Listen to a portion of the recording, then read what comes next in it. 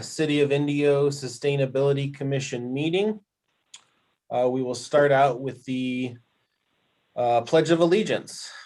And I pledge allegiance to the flag of the United States of America and to the republic for which it stands, one nation, under God, indivisible, with liberty and justice for all.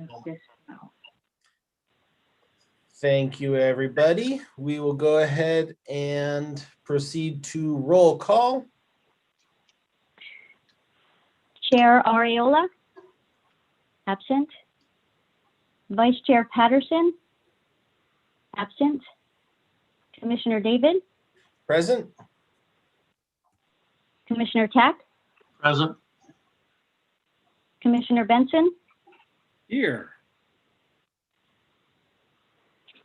Okay, thank you very much, Sarah. And that would move us on to the time for public comment, which we have not received. And we will move on to item number 5, which is the approval of minutes from our January 26, 2021. Has everyone had a chance to review those? Yes. And we have a motion to approve the minutes. I make a motion. Okay, I'll second the motion. Okay, I'll got a second the motion word. by Commissioner Benson and a second by Commissioner Tack. Okay.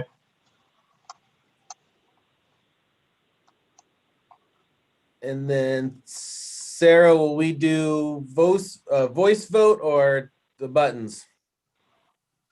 oh, we're going to do a voice vote, so I'll go ahead and call your names. Commissioner Tack, Yes. Commissioner David, Yes. and Commissioner Benson. Aye, yes. Excellent. We've approved the minutes from the January 26, 2021 meeting. So now we can move on to item 6, the sustainability collection events.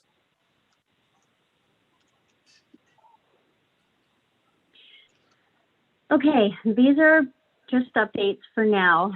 We do have our first 2021 collection event on the books, and we've started the outreach. It's going to be on March 13th. It'll be kind of our limited collection event where we're going to collect used oil, filters, waste tires. There'll be, you can bring in e-waste. There will be paper shredding that's free for Indio residents, and also a compost exchange. So if you bring in food waste, then we'll hand out the buckets of the 3.5 gallon buckets of compost. That's going to be from 9 until 12 at the Indio Water Authority corporate yard. And we've done quite a bit of outreach on this. It's gone out into the water bills. It will be on both English and Spanish radio. We're working on getting it into some of the Spanish newspapers or publications right now, like El Informador. And it's been quite a while since we've done any kind of a collection event like this. So I think this one's going to be pretty popular. We're going to expect a pretty large crowd. But it's on the books and we're ready to go with that. And then the second thing are the household hazardous waste collection events. Now those are the full collection events, and we weren't able to schedule any for this year because the grant fundings have run out, and Riverside County won't be having any in Indio because they usually have them at the fairgrounds and they're doing the COVID testing. But we have been working with them, and we have come to an agreement on a contract.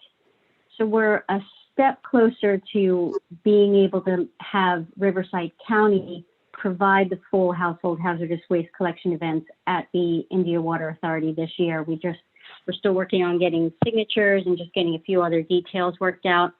And then, you know, it's not necessarily the City of Indio events. It will be Riverside County, but at least it will be events in Indio where they collect household hazardous waste. They're some of our more popular collection events, and it would be really great to be able to provide them in 2021. Yeah, that's great. Thank you. And I know we've also discussed getting them moved to the same location, so it's good to see that progressing. Yeah, I think in a way it might be easier if we can agree to it, if they almost always just did it there. We're also going to move, like we have our a separate paper shredding event that's over at the Indio Chamber of Commerce, and we're going to bring everything into one place. It's just a lot easier for people to remember and then not be confused about where they're going for which event, and a lot easier to outreach. So we're going to try and bring, if we can, everything under that umbrella. Everything that we do, we certainly will do at the Water Authority corporate yard at this point, and then hopefully moving forward after this year, perhaps Riverside will also just stay there. We'll work with them to remain there. That's all I have for the collection events, unless you have any questions. Nothing from me, Mr. Benson or Tack. You guys all good? Yes, looks good to me. All right, we'll move on to item 7 then, the city county payment program. Yeah, we are starting a new year of the city county payments. And what that is when folks buy a beverage container, cans and bottles mostly, they pay a deposit, and a lot of those go into, say, your home recycle bin, and then the deposit doesn't necessarily always get returned. And so what the state does with that is a portion of it they allocate to cities and counties. And our allocation for this year is $22,140. And it's very specific to using the funds basically for can and bottle collection or to increase the recycling rate for those.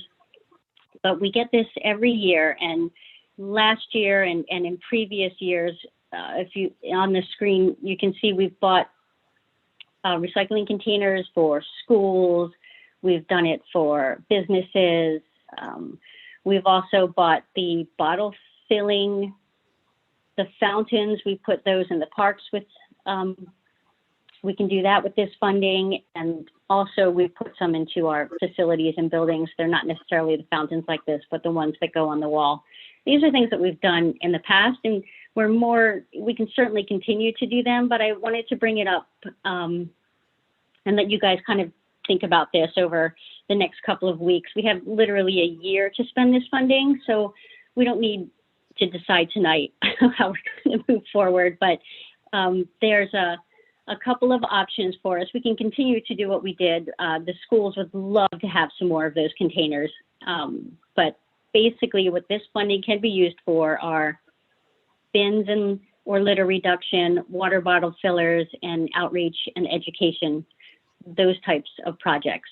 There's some things that are just outright you can't use the funding for.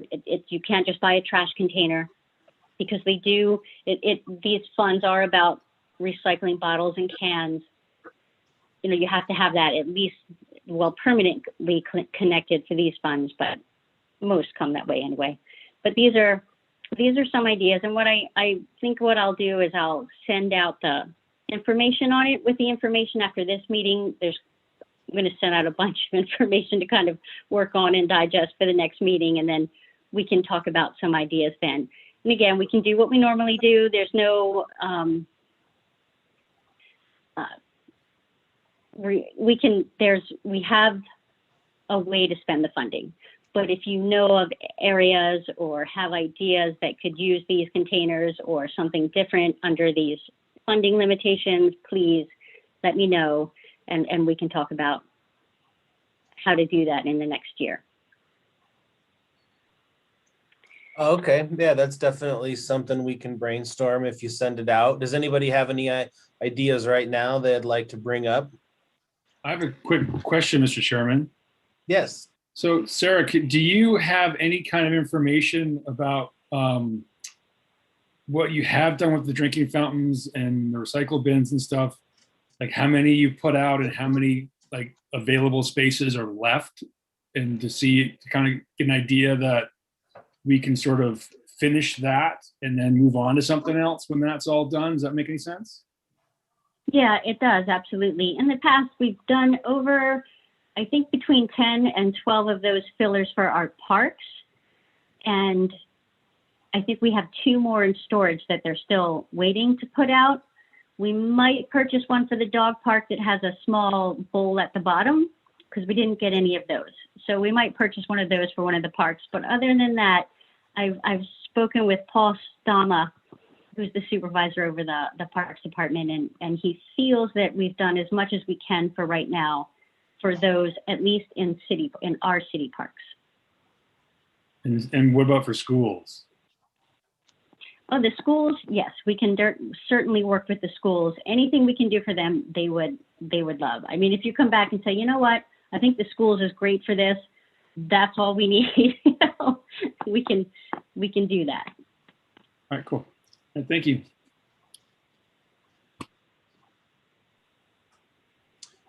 Yeah, that sounds great. And I also like the dog park idea. I think that's a good one to keep around and keep in consideration for it. Okay, so if there's no more further discussion on that, we will move on to item number 8, the sustainability plan. Okay. Let me bring that up.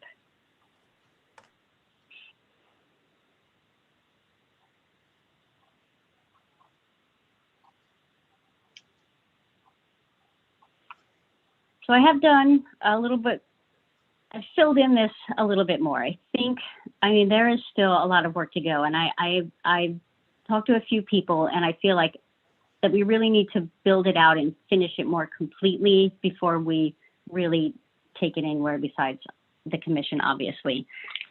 So I've added a couple beginnings. Just there's still kind of outlines, and there's a lot to be filled in. But I'm going to kind of preface this by saying I'm going to send this out as well. And if there are parts that you feel like you want to fill in, especially in the action areas, please, if you have ideas and things like that, then we can bring that all back and talk about it later. But I thought we should add an introduction about the commission to begin with, and then the process that we took to create this. So we talked about basically what had already been done with the climate action plan, what's already mandated through regulations, the general plan, and we kind of took those, and then we built this sustainability plan out of that. And I think that process is important to explain, because all of those plans had a whole lot of public engagement and a lot of things that already vetted some of the ideas that we're using in this plan. So I went through a little bit, or I'll add a little bit more about the process, and then of course our framework, the 5 basic organization-wise, the way we organize the plan, and how that really very much mirrors the climate action plan, although we did look at a lot of other plans and ideas as well, the LA Green New Deal, and a couple plans from Michigan, the Palm Springs plan, and then we came up with the framework that we all decided on. And then I basically go into our 5, basically the framework, and then we build it out in here. There isn't a whole lot different that I've done here, except that when I sent out our annual work plan that just had what we were considering doing this year, Commissioner Benson sent back kind of an outline and asked a lot of questions about what about, these things like solar energy on business rooftops and residential. And all that was kind of part of our broader plan, but you couldn't tell that from our work plan. So I thought, I think what we're going to do, or what I suggest maybe, is we have our outline of accomplishments, mandates, possible projects, what residents can do. We all agreed on that. But then I thought we could use one of the call outs to do the 2021 work plan for each of these in this plan. And then each year, it'll be next year, it'll be the 2022 plan.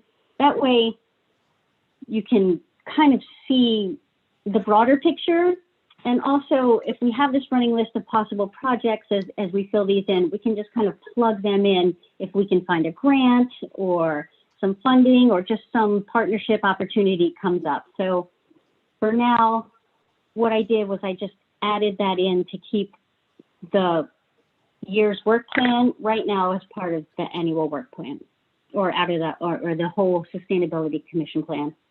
And then, of course, I have a lot more to do with formatting and pictures and things like that. So that's still to come. And then if we come down here in the work plan for the tree program, I wanted to give you a little bit of an update on that. You know, we talked about doing possibly giving away trees or reforestation, and I did a lot of work trying to get a hold of the Arbor Foundation and forest, forestry organizations. And I did make some progress. From what I understand, a lot of the trees for reforestation are done at Forest Service nurseries, and there's a couple groups like the Tree People apparently who help kind of facilitate growing those trees and things like that. So it was strictly speaking for what we had talked about for a project for reforestation. I've gotten past quite a few people, and now I've sent emails to an organization called Tree People and the California Botanical Garden that's in Claremont, because apparently they have a pretty good supply and nursery of native trees as well. So that's on there. And then, of course, we talked about having just the tree program in general, where we might be able to give out trees to residents and private or businesses on the private sector. And I'm still looking for grants for that. So that's under the work plan here. Under the zero waste objectives, there's a lot going on here, but I did want to say that Commissioner Benson also sent some information on an electronics reuse project that he sent me, and I think it's a really good possibility for the work plan this year. And if you don't mind, Commissioner Benson, talking about that a little bit and describing that would be great. Sure. Thanks, Sarah. So I just a little background. So I read an article in Time Magazine about what the city of Amsterdam did in 2019 for its residents. And one of the projects that they implemented is they took citizens' old computers, laptops, and repurposed them and gave them to senior citizens in Amsterdam so that during quarantine they can stay connected with loved ones and social media and watch movies and whatnot. And I thought it was a really interesting idea. I thought it was great that they apparently dealt with 3,500 computers that either would be gathering dust in someone's closet or someone's drawer or desk. And they took them, they refurbished them, got them working, and gave them to citizens of the city. And that's 3,500 computers that didn't end up in a landfill. All of us probably have read articles about how a lot of computers, even though you recycle them, they end up getting shipped off to Africa and dumped in landfills there. And I thought, thinking it through, I thought it'd be kind of a neat model to do here, and maybe include school-age children who don't have computers, who are remote learning, or even if once schools get back into session and they're in-person learning, we probably have some students who can't afford a computer, and we can give them to them and they can use a computer for homework and projects and whatnot. And I thought it was a really cool thing that they did. I reached out to the person in the city of Amsterdam in the article, and they connected me with somebody in the city there, and they gave me some information. I passed it on to Sarah, and yeah, it's kind of cool. And they also, before I forget real quick, they also refurbished internet dongles or hotspots, so that people who weren't using their hotspot or their dongle, they could donate that. That would get refurbished, and those be handed out to people who did not necessarily have a reliable or any internet connection. So I think it's a neat project. And it's a project I think that we could do and keep it local. We can have local companies do the refurbishing. We can maybe talk to local charities, maybe find food bank is one I thought of top of my head for the distribution. You know, if ISM can do it, we could do it, obviously on a smaller scale, and possibly it could be replicable to our neighboring cities here in the Coachella Valley, and maybe it could be replicable to other cities in California and then maybe across the country. And it could be something moving forward, a cool little project that we could start and, you know, help out a lot of people. And like I said, take some, I know I have a laptop I used a long time ago for work, and it's just gathering dust, and somebody else can take it and use it. Fantastic. That's it. Yeah, that sounds like a good find and a good project. To see if we could work out something similar. Like you said, Yeah, Sarah, have you reached out to Desert Arc?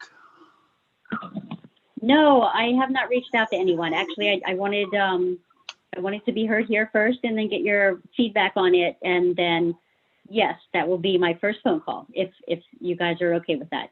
I would definitely go in that direction, because they already have the collection model in place, and they already have the technicians that can handle electronics. And they also have the people that could probably do the modifications and the upgrades to existing equipment. So it could be phones, and like Morgan said, it could be hotspots, it could be laptops, it can be just about anything.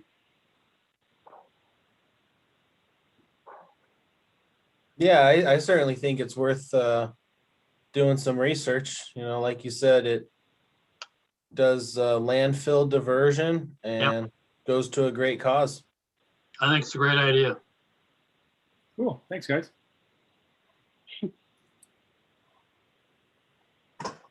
Whatever you need from me, Sarah, to help out, let me know.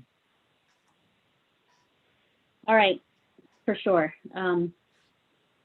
I think the first phone call is definitely Desert Arc, and then I'll keep you in the loop with the email and everything else. So we can go from there.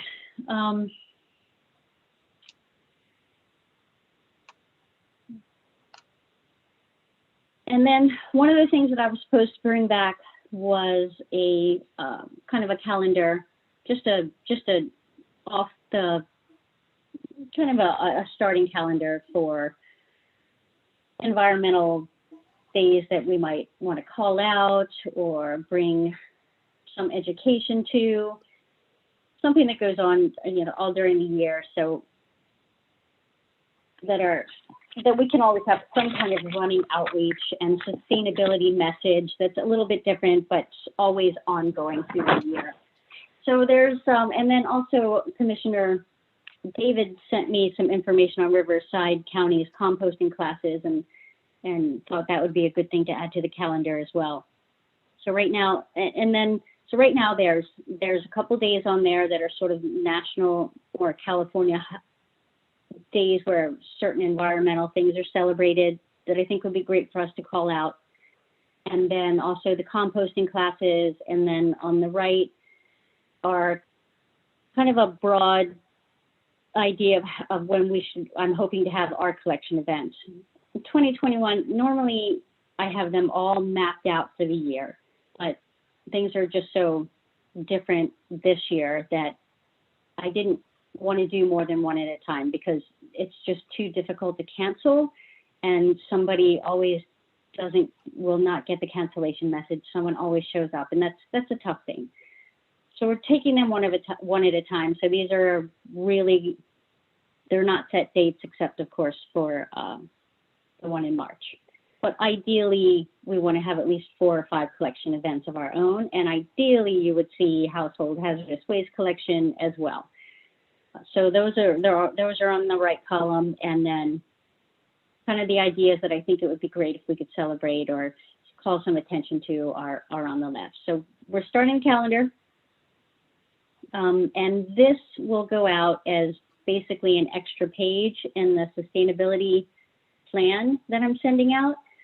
So that'll give you guys some time to kind of read over it, think about if you want to add anything else. And then at the next meeting, we'll talk a little bit more about finalizing the things we want to have on the calendar and so forth. Yeah, this looks like a great start. I like, having an event or two that's, kind of local or at least county-wide, and then something that kind of ties into national or international. I think that's a really good way to drive these events home. It's not something obscure and abstract. Oh, it's, Earth Day is a good thing to celebrate. So I like that's kind of the big picture. And then having the smaller event in April, the composting, it's like, okay, and here's something in your everyday life. So I think that's off to a great start. Yeah, I did change, like, the National Trails Day is June 5th, and I thought, oh my gosh, we can't do that on June 5th. So I changed the Indio Trails Day to October. So I did modify a little bit. Yeah, where, I think it needs to be modified for our Yeah. community, our city. So that I think that's great. Now, do we have an Okay. update? Do we have an update on the City of Indio golf cart streets that are allowed and for electric vehicles? We do have the complete streets plan that's completed. I can send that to you. Is that what you mean? Yeah, I'd like to include that in because you do have your bike to work day, and that's also electric vehicle and also a bike path part of the streets that they're redoing. So if we're going to go to bicycles and we're going to go to electric vehicles, that should tie into that. Certainly. And then I think we could tie into our link, between all the cities, the 9 cities, because that's going to have an electric vehicle path and a bicycle path. So that's sustainability. Yeah, actually, that's great. So all that, I see what you're saying. So Okay. Bike to Work Day would be a great day to tie in all of the work that we've done and the CV link and highlight that. And yeah, that's How exactly. close And is that's exactly what this.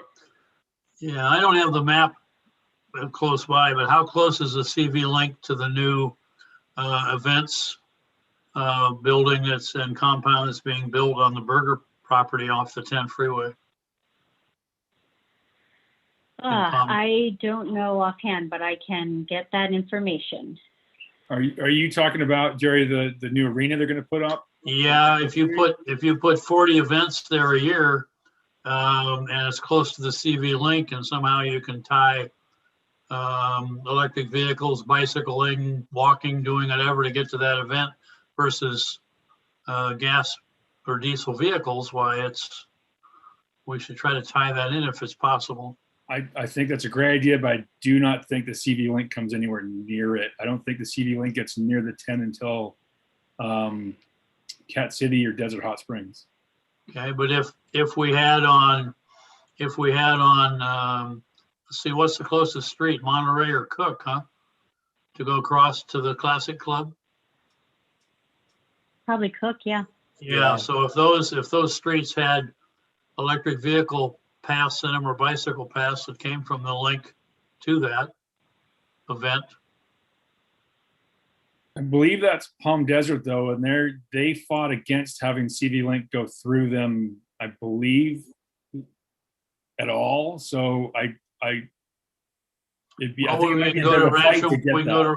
We can go from Bermuda Dunes to Rancho Mirage then, So. Well, Rancho Mirage fought it too. Rancho Mirage was near with them, so I think it's a great idea. Palm Desert, I know because I ride my bike with my girlfriend all the time, and their streets are not very bicycle friendly. No, definitely Dylan isn't. So yeah, Laquita's the best one as far that I've ridden on out here.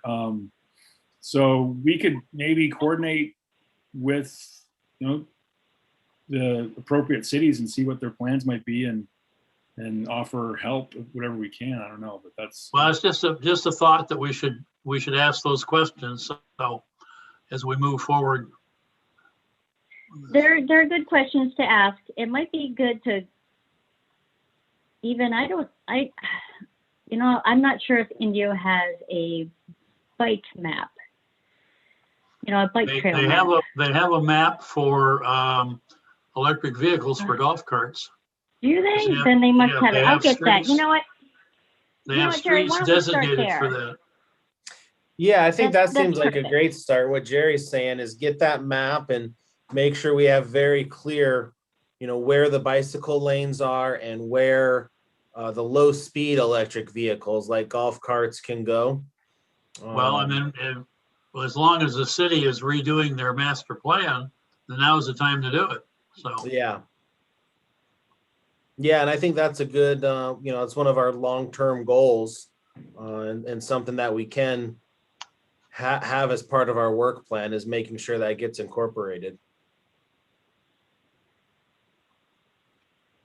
Yeah, and even if it's not something we can take on this year, since it's all one document right now, we can put it in the possible projects as well, and then just pull it out as soon as we have an opportunity. yes. Yeah, I like this format that you're doing, Sarah, and keeping it so we're not creating a brand new document every year, or when something changes. Like you said, we can have our items that we're focusing on in any given year, and then right below them it's, hey, here's the long-term goals and the pool of other ideas that we want to get to. So I like the organization that you've come up with. All right, then the next steps will be, I will send this document out to you, each of you, and then if you have ideas or things that you want to fill in, I can do most of the writing. But if you have things that you think might be good projects or ideas that come up like that, definitely bring those back to the next meeting so we can get them on there as well. Maybe some or you events can- in February and July. Yeah, those would be those would be good too. And yeah, we can do that. The thing being is, you can send it to me or talk to me about it anytime, but just please remember that you can't talk with each other about it until the next meeting. So I'll send this entire document out tomorrow. And that's really all I have for the work plan for now. All right, good. Does everyone else like, kind of the direction and the format Looks before we fine move to on? me. Yeah. All right, if we're done with work plan and sustainability plan, Sarah will get that out for everyone to review and add, and we'll get back to it at our next meeting. And we can move on to item 10, commissioner comments. Mr. Benson, Mr. Tack, anything? No, I think I'm okay.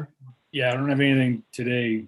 So- Okay, yeah. Okay, thank you. I was just gonna share, I've been looking at some events in San Diego, and I'm gonna try to get in touch with the people putting it on. It's an agency called I Love a Clean San Diego.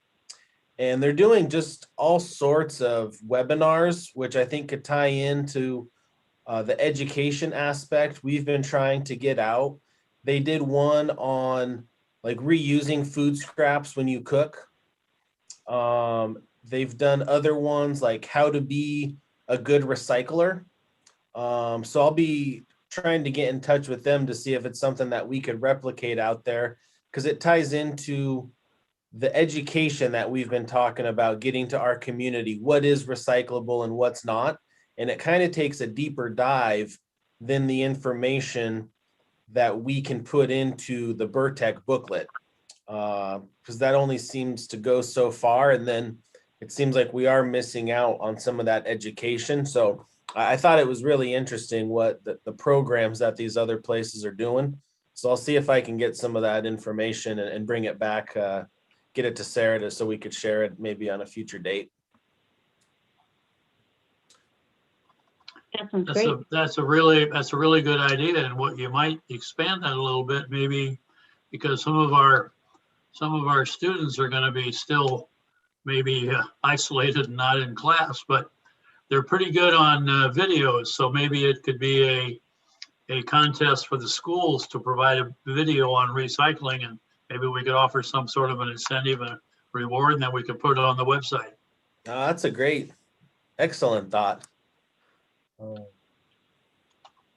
All right, if the commissioners, we're all done with our comments. Sarah, do you have anything else? No, I'm done. Thanks. All right, so then our next meeting will be in March. Is that correct? It'll be, let's see here, No. probably Yep. March 23rd. And March 23rd, yes. so then we'll meet then. And if there's no objections, I'll call this meeting adjourned at 6:12 p.m. Okay, thank you all for your All right. input. We will see you all. Thank you. Thank Thank you. you. Everybody, good night. Be safe.